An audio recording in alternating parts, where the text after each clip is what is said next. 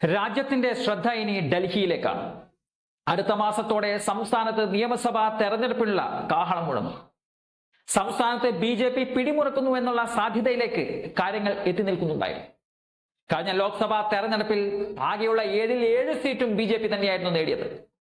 എന്നാൽ സംസ്ഥാന തെരഞ്ഞെടുപ്പിലേക്ക് വരുമ്പോൾ BJP വലിയ ഘടകമല്ല എന്നുള്ള വിശ്വാസത്തിലാണ് സംസ്ഥാനം ഭരിക്കുന്ന ആം ആദ്മി പാർട്ടി.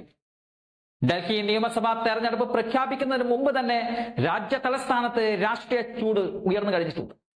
ഇന്ത്യ സഖ്യത്തിന് കീഴിലല്ല ഡൽഹിയിൽ ആം ആദ്മിയും കോൺഗ്രസും മത്സരിക്കുന്നത്.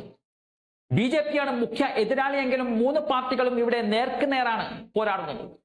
എല്ലാ പാർട്ടികളും പരസ്പരം പോരായ്മകൾ ചൂണ്ടിക്കാണിച്ച് തങ്ങൾക്ക് അനുകൂലമായി ജനാഭിപ്രായം ഉണ്ടാക്കാനാണ് ശ്രമിക്കുന്നത്. അതിനിടെയാണ് സി വോട്ടർ സർവേ റിപ്പോർട്ട് ഇപ്പോൾ പുറത്തു വന്നിരിക്കുന്നത്. ഈ റിപ്പോർട്ടിൽ ആം ആദ്മി പാർട്ടി ഏറ്റവും വലിയ ഒറ്റക്കക്ഷിയാകുമെന്ന് പറയുന്നുണ്ടെങ്കിലും തൊട്ടു പിന്നാലെ BJP-യും ഉണ്ട്.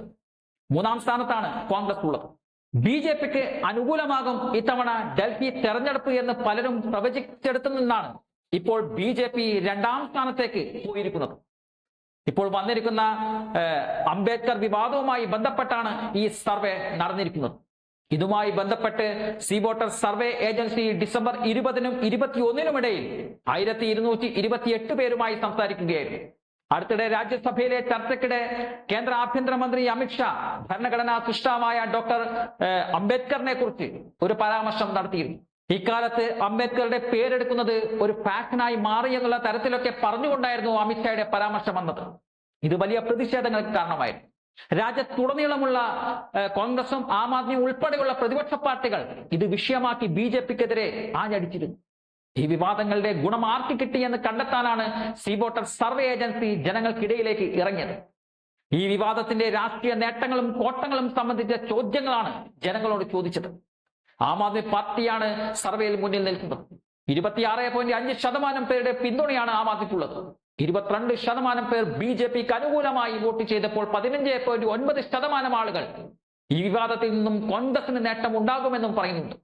എന്നാൽ 25% ആളുകൾ ഈ വിവാദം ഡൽഹി തെരഞ്ഞെടുപ്പിൽ കാര്യമായ സ്വാധീനം ചെലുത്തില്ലെന്നും പറയുന്നുണ്ട്.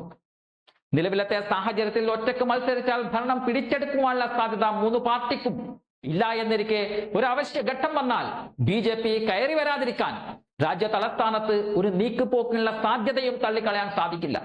ആം ആദ്മിയുമായി കൂട്ടുകൂടാൻ കോൺഗ്രസ് തയ്യാറല്ല എന്ന് സംസ്ഥാന നേതാക്കളും ദേശീയ നേതാക്കളും ഒരുപോലെ അടിവരയിട്ട് പറയുന്നുണ്ടെങ്കിലും BJP-യാണ് കോൺഗ്രസിന്റെയും അതുപോലെ ആം ആദ്മി പാർട്ടിയുടെയും പ്രധാന ശത്രു. അതുകൊണ്ട് തന്നെ BJP-യുടെ തകർച്ച ഉറപ്പാക്കാൻ ഒരുപക്ഷെ ഒരിക്കൽ കൂടി ആം ആദ്മിക്ക് കൈകൊടുക്കാൻ കോൺഗ്രസ് തയ്യാറായേക്കുമോ എന്നതാണ് ഇപ്പോഴത്തെ ഡൽഹിയിലെ ചർച്ചകൾ.